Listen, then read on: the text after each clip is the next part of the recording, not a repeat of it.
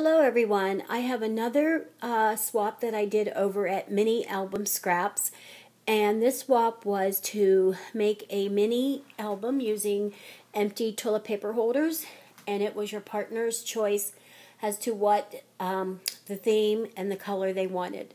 So my swap partner wanted hers to be vintage, and she likes the color purple, so this is what I made for her. And I'll go over some of the elements that I used on the front. First, I held the book together with D-rings, and then I just tied some vibers on it. And then I just used designer paper to cover chipboard, designer paper from Stampin' Up. I have this like lace doily flower, some bling, and then I made these two flowers using a couple different techniques. The green one is made by using a heat embossing tool to melt satin ribbon, and it kind of curls up the edges. I inked it and shimmer mist it, and I put an antique brad in the center that's from Stampin' Up. The purple one is using the technique by distressing the cardstock and breaking down the fibers, where you can peel the cardstock into layers, and then it's supposed to look like suede once you do that, and then I think it does. And then I use some shimmer paint from Stampin' Up to ink the edges. Here's like a little closer look to the flower. And then how I held the book together was I put eyelets in the front and the back, and then I got a mini D-ring, and then I got this jewelry pin from the jewelry department at Joann's, and then I just connected it all together, and then I hung a little bead off. And then I also added some apparel trim to the front and back. Okay, and then you just unclip that. And then the inside of the cover, I made a pocket by using clam packaging that, when you buy something in the store. I save all that because then I run it through my Cuttlebug with an embossing folder, and I made a pocket out of it.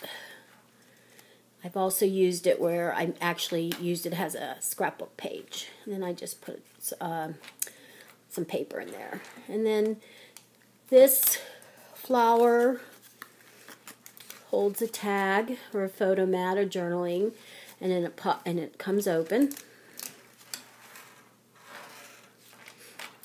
And then one of the pockets for a tag.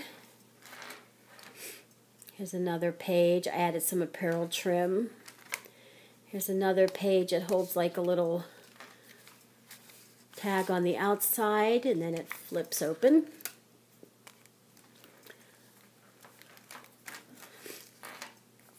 Another tag or a photo mat. This is a little pocket that holds a couple tags. And then this is just an accordion little booklet where she can journal or add photos. And then the back is a tag from a Stampin' Up die cut, and I ran it through the embossing with an embossing folder through the Cuttlebug. And then the back, I just used a library pocket, and I stamped it and shimmer mist it. And then on the front and back cover, I used the apparel trim. I think I said that already, sorry. And then the tags for the pockets, I used, I glued some designer paper onto chipboard, and then I ran it through the Cuttlebug, and then I inked it. And here's a couple more.